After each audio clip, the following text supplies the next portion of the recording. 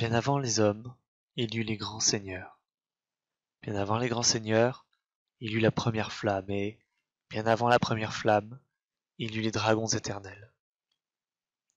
Personne ne sait comment apparut la première flamme, mais avec elle arrivèrent les âmes et la disparité, le chaud et le froid, la vie et la mort, la lumière et les ténèbres. De cette flamme naquirent 4 puissantes âmes, qui furent trouvées par des seigneurs. Nito, le premier des morts, trouva l'âme de la mort. La sorcière d'Izalith trouva l'âme de la vie, et Gwyn, le seigneur solaire, trouva l'âme de la lumière. Mais des ténèbres naquirent les hommes, et, parmi eux, le pygmée furtif qui trouva l'âme sombre. Avec la puissance des âmes des seigneurs, Gwyn et ses acolytes défièrent les dragons et, grâce à la trahison de Sith, le sans-écaille, qui leur révélèrent la faiblesse des dragons face aux éclairs, ils mirent fin à leur règne et purent instaurer l'âge du feu.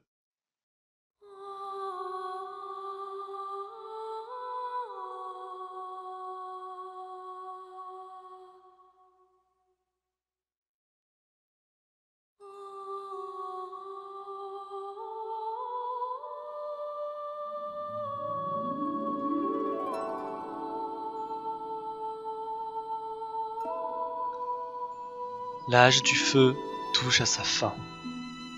La première flamme s'éteint. Les êtres vivants ne perçoivent d'elle plus que des braises, et le destin des hommes s'assombrit peu à peu à mesure que les ténèbres s'approchent. Parmi eux apparaissent les porteurs de la marque sombre, symboles de la malédiction, siphonnant leurs âmes et les empêchant de trouver le repos éternel. Ces non-morts ou morts-vivants sont traqués et persécutés avant d'être expatriés dans le nord dans l'asile des morts-vivants, dans l'attente de la fin des temps. Mais il en est un dont le destin en décidera autrement, comme l'indique une ancienne prophétie. Libéré par Oscar d'Astora, ce mort-vivant, élu par la prophétie, s'échappera de l'asile pour retourner à Lordran, la terre des seigneurs, afin de sonner les cloches de l'éveil et ainsi montrer aux morts-vivants leur destin. À son arrivée en Lordran, le mort-vivant élu apprendra de la part d'un étrange personnage qu'il y a, en vérité, 2 cloches de l'éveil. L'une, très haute, au sommet de l'église du village des morts-vivants, et une autre, en bas, enfouie sous la terre, après la ville souterraine de Blighttown. Il se mit donc en route, sans se douter de la difficulté de sa quête. La première étape était donc de traverser le village des morts-vivants, dont les habitants, porteurs de la malédiction, ont peu à peu perdu la raison, sombrant dans la folie et perdant totalement leur humanité, ne devenant plus que des carcasses vides et assoiffées d'âme. Le mort-vivant progressa alors lentement, aspirant progressivement les résidus d'âme qu'il restait à ces pauvres carcasses, avant d'arriver à la première cloche qui était gardée par 2 puissantes gargouilles.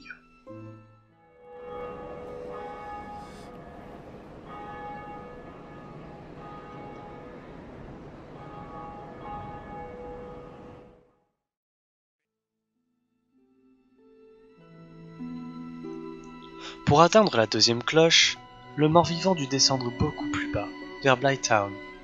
Mais contrairement à la première cloche, le chemin ne serait pas aussi rapide. Il devait tout d'abord passer par les profondeurs, un réseau d'égouts abritant de nombreuses carcasses, ainsi que la vermine qui se nourrissait des déchets rejetés par le village au-dessus, et un descendant dégénéré des dragons qui gardait l'entrée de Blighttown.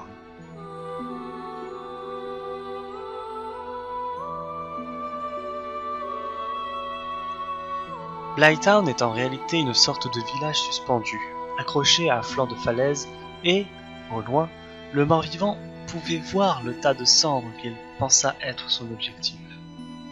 La descente de Blighttown fut compliquée et plus d'une fois, il tomba, soit sous les coups de ses ennemis, soit à cause de l'aspect précaire des structures du village, siphonnant ses âmes et rongeant petit à petit sa détermination.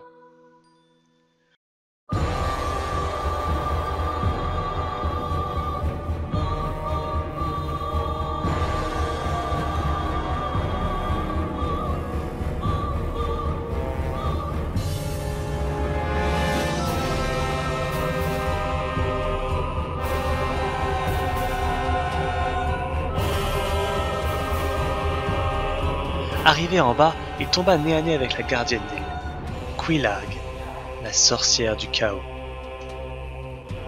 Cette dernière est en réalité une des 7 sœurs du chaos, acolyte de la sorcière d'Izalith, et garde l'entrée vers la cloche de l'éveil qui, en réalité, était l'entrée vers leur domaine. En effet, sa sœur Quelaag étant mourante, Quelaag restait ici pour empêcher les intrus de venir attenter à sa sœur gravement malade. Mais le mort-vivant élu n'en était pas au courant et n'en eut que faire.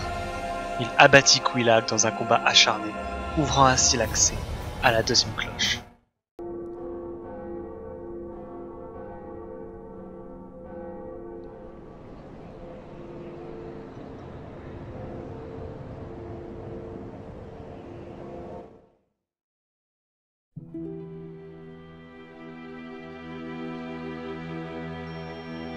À son retour à Lichefeu, le mort-vivant a appris l'arrivée d'un nouveau personnage, qui apparemment aurait des choses à lui dire et peut-être aurait-il des réponses à ses questions. L'individu en question se présenta comme Frampt, le serpent primordial, le chercheur-roi, et indiqua au mort-vivant élu toute l'ampleur de sa quête. La première flamme se meurt, et Frampt est chargé de trouver un digne successeur à Gwyn. En effet, le Seigneur solaire était déjà parti s'offrir à la première flamme, il y a de cela bien longtemps. Cependant, cette dernière recommençant à faiblir, il devait trouver un digne successeur à Gwyn. Le mort-vivant élu ayant fait ses preuves en sonnant les cloches de l'éveil, il devint un digne héritier à Gwyn et reçut donc comme mission de prendre la succession du Seigneur solaire pour l'entretien du feu. Mais pour cela, il devait d'abord retrouver Guinevere, la fille de Gwyn, dans la cité prospère d'Anor-Londo, et pour cela, il devait d'abord traverser la très dangereuse forteresse de Sen.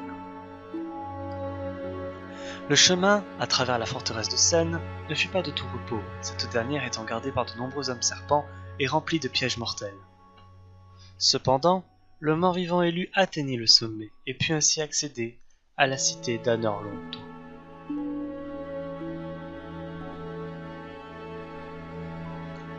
Le mort-vivant élu parcourut la cité à la recherche de la fille de Gwyn, devant faire face au gardien des lieux, fermement déterminé à empêcher quiconque de pénétrer dans le château de Gwyn. Arrivé finalement à l'entrée de la chambre de Guinevere, le mort-vivant élu dut faire face à 2 adversaires de taille.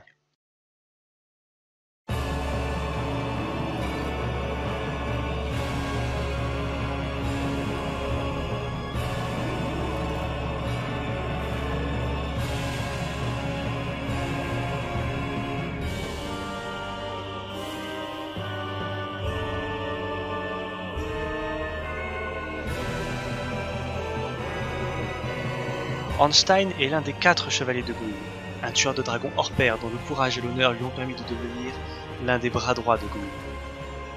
Smaug aspirait lui aussi au titre de chevalier, mais les rumeurs concernant ses actes cannibalistes lui enfermèrent à jamais les portes. Aujourd'hui, ils gardent tous deux la porte de la chambre de Guinevere, combattant avec acharnement avant de finalement succomber des mains du mort-vivant élu.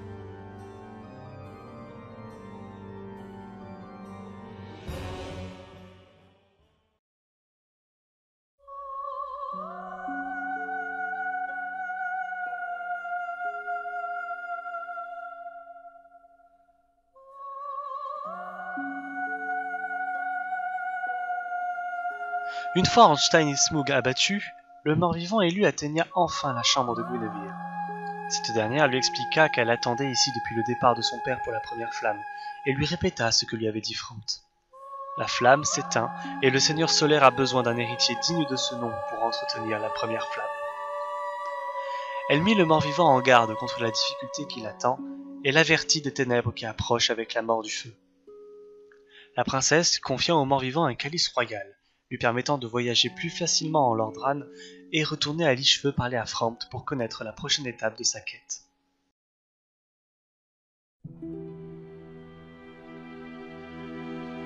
De retour à Lichefeu, le serpent primordial, fier de voir le mort-vivant de retour avec le calice royal, lui expliqua que ce dernier est également une clé afin d'accéder à la première flamme, mais que, pour en ouvrir l'accès, ce dernier doit être rempli avec 4 grandes âmes extrêmement puissantes. L'âme de Nito, le seigneur des morts, résidant dans les catacombes, celle de la sorcière d'Izalith, habitant au royaume d'Izalith loin dans les profondeurs, celle des 4 rois, enfermés dans les abysses, et celle du duc de Gwyn, Sith, le sans-écaille.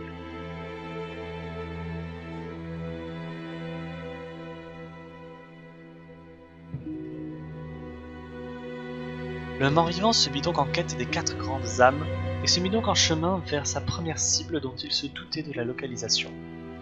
Il utilisa donc le calice royal pour repartir vers le domaine des Sœurs du Chaos. Avant d'atteindre le royaume d'Izalith, le mort-vivant devait d'abord traverser le domaine des Sœurs du Chaos, qui était gardé par des centaines de démons.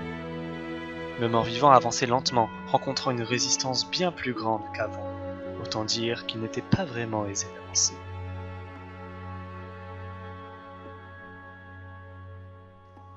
Fort de son incroyable détermination qui lui empêchait de succomber à la malédiction, le mort-vivant atteigna le royaume d'Izalith, habité par de gigantesques démons et abritant surtout le point convergent de toute cette essence démoniaque, le foyer du chaos.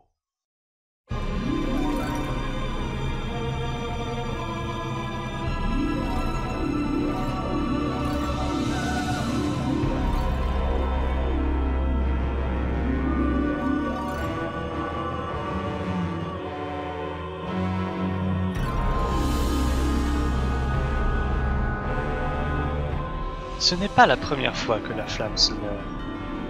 Il y a longtemps, le monde avait déjà dû faire face à l'affaiblissement du feu. À la recherche de solutions, la sorcière d'Izalith voulut tenter de recréer une flamme similaire à celle de la première flamme à partir de son âme de seigneur. Cependant, elle ne put contrôler l'énergie qui s'en dégagea. Fusionnant avec cette dernière et de cette fusion chaotique naquirent les premiers démons. Encore aujourd'hui, le foyer du chaos fait naître de nombreuses abominations. Mais le mort-vivant élu y mit un terme, plantant sa lame dans le corps frêle de ce qui habitait le foyer du chaos. Fort de sa première grande âme, le mort-vivant élu se dirigea vers sa deuxième cible, et pour cela, il devait retourner à Anor Londo. Les archives du duc sont remplies de millions d'ouvrages, résultat de vies entières de recherche. Mais elles sont également habitées par de nombreuses abominations qui sont le fruit des nombreuses expériences du duc, ainsi que des sorciers dont le casque possède de nombreux yeux afin de compenser la cécité de leur maître. Le mort-vivant progressa dans les archives du duc, jusqu'à arriver dans son antre gardé par des papillons lunaires et d'autres créatures issues de la magie du duc. Mais tout cela ne fit que ralentir le mort-vivant, qui atteignit finalement le lieu où résidait sa cible.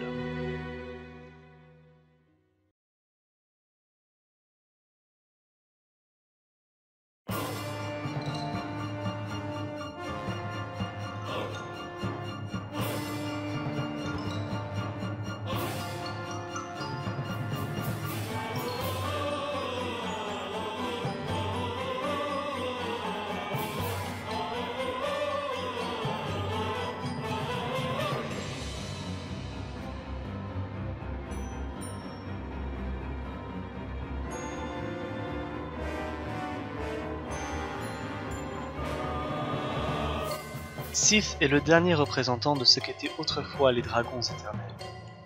Né albinos, il est dépourvu des écailles d'immortalité dont sont normalement recouverts les dragons, ce qui lui valut le nom de Sith le sans-écailles ou Sith l'écorché.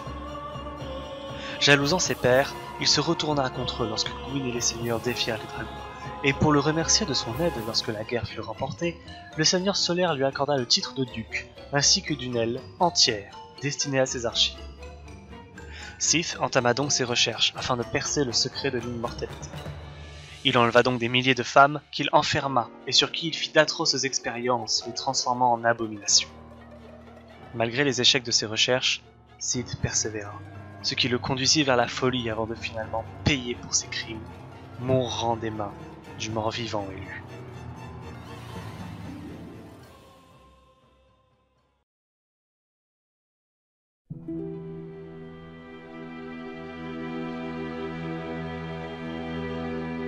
Sa deuxième grande âme de seigneur acquise, le mort-vivant élu se mit en route vers les catacombes.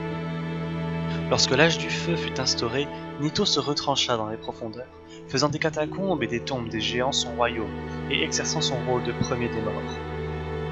Les catacombes sont donc peuplées de morts ramenés à la vie par les nécromanciens servant le seigneur de la mort.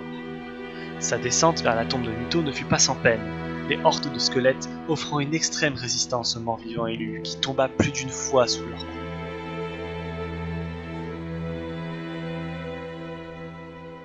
Mais il arriva enfin à la tombe de Nito et l'élimina sans concession.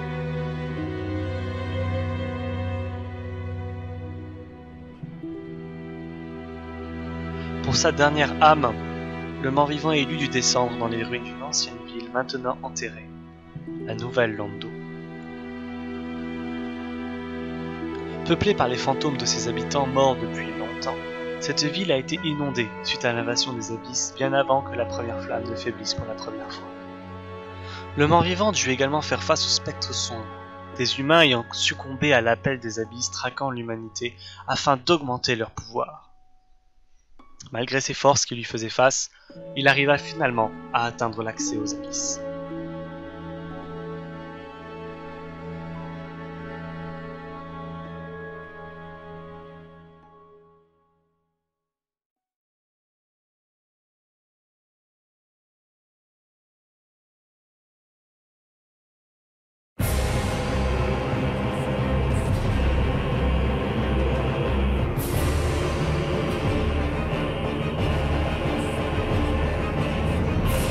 Les 4 grands rois furent des hommes autrefois, de fidèles serviteurs de Gwyn en charge de repousser les abysses lorsqu'elles envahiront la sienne.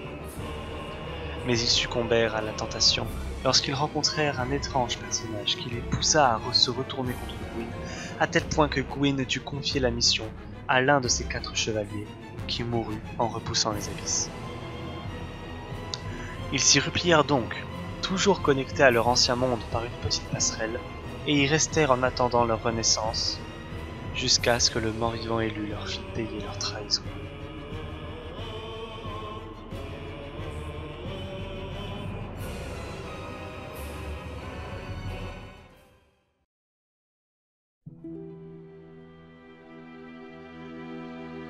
De retour à Lichefeu avec les 4 grandes âmes, le mort-vivant élu offrit les âmes au calice royal.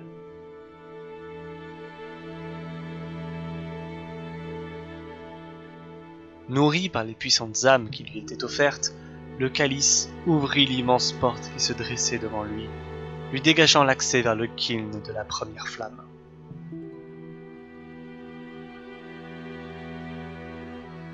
Le mort-vivant s'y dirigea, sentant que sa quête serait bientôt terminée. Sur son chemin se dressaient encore des chevaliers noirs, anciens chevaliers d'argent de Gwyn qui l'avaient accompagné lorsque le Seigneur solaire était descendu pour la première fois, mais qui avaient, depuis longtemps, succombé au chaos. Le mort-vivant élu, dont la puissance des milliards d'âmes qu'il avait aspirées l'avait rendu plus fort, s'avança sans trop de difficultés, jusqu'à la source de la première flamme, où l'attendait sa dernière épreuve, Gwyn, le Seigneur solaire.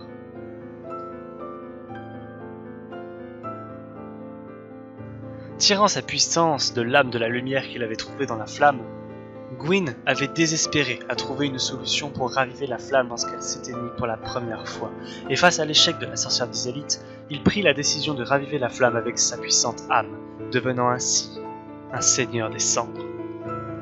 Cependant, la flamme avait depuis longtemps consumé son âme, et le Gwyn qu'affronta le mort-vivant élu n'était plus que l'ombre de ce qu'il fut autrefois.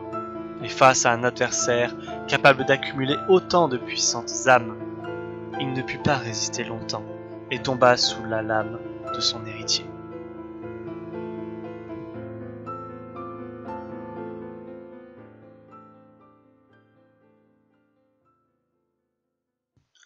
Le Seigneur des Cendres abattu, le mort-vivant élu par la prophétie, s'approcha de l'épée torsadée qui était plantée dans le feu et offrit son âme à la première flamme, qui s'embrasa, permettant à l'âge du feu de prospérer pour les siècles à venir.